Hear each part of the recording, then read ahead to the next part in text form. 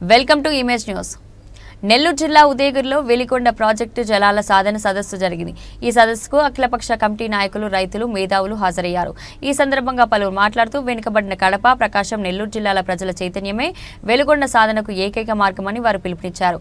గ్రామ స్థాయి నుండి ప్రజల్లో చైతన్యం తెచ్చి పెద్ద ఉద్యమం చేసేందుకు ప్రతి ఒక్కరూ కలిసి రావాలని పిలుపునిచ్చారు. యువకులు, మహిళలు, వృద్ధులు తారతమ్యం లేకుండా ఈ ఉద్యమంలో భాగస్వామ్యం కావాలని వారు కోరారు. వాళ్ళు ఎక్కడైతే నివాసం ఉన్నారో ఆ ప్రాంతం అభివృద్ధి కోసం ఆ కార్యక్రమాలు చేసుకుంటూ వచ్చారు. అదే విధంగా ఈ బడ్జెట్ లో ఈ రోజు ఖర్చు పెడితే వచ్చే ఖరీదు కంటే 5 లక్షల ఎకరాలకు మా గాలి నగరిని తెలుగుకు 3 సంవత్సరాల్లో మీరు ఏ విధంగా పూర్తి చేస్తారో పథకాన్ని అనౌన్స్ చేయండి అని చెప్తున్నాం. ప్రతి భూములు పోగొట్టుకున్నారు కాబట్టి వాళ్ళకు అందరికి ఉద్యోగాలు వాళ్ళకే అంటే శ్రీశైలంలో ఉద్యోగాలు పోగొట్టుకున్నాం, ఆవాసాలు పోగొట్టుకున్న వాళ్ళకు నీళ్లు లేవు, ఉద్యోగాలు పోతున్నాం. మా ప్రాంతంలో పరిశ్రమలు పెట్టి మా యువతకు ఉద్యోగాలు ఇస్తారా లేదా అని చెప్పి అడగడానికి పోతున్నాం. మా ప్రాంతంలో ఉన్న కార్యాలయాలన్నీ కూడా గురించి చేసి 1983లో కడప జిల్లాలో శంకుస్థాపన చేశారు.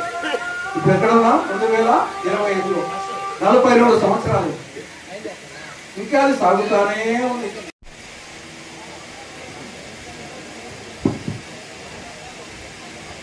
ఈ ప్రాంతంలో సోలార్ హబ్ చేస్తామని చెప్పి విపరీతంగా వచ్చినప్పుడు ఇక్కడ చూశారు. ఈ ఫోటో మీరు వస్తుంటే మధ్యలోకి ఈ ప్రాంతంలో ఎలక్ట్రిసిటీ తీసుకుపోయి అక్కడ పెట్టే పరిశ్రమలు తీసుకుపోతున్నారు. మరి ఈ ప్రాంతం అభివృద్ధి చెందుతుందా? ఇది ఒక రా మెటీరియల్ కేంద్రంగా. నీళ్ళంటే పంటల పోటే కాదు, నీళ్లు ఉంటేనే విద్యాలయాలు రన్ అవుతాయి, స్కూల్స్, కాలేజీలు రన్ అవుతాయి. మన యువతకు కూడా విద్య కూడా దూరం అయిపోతుంది.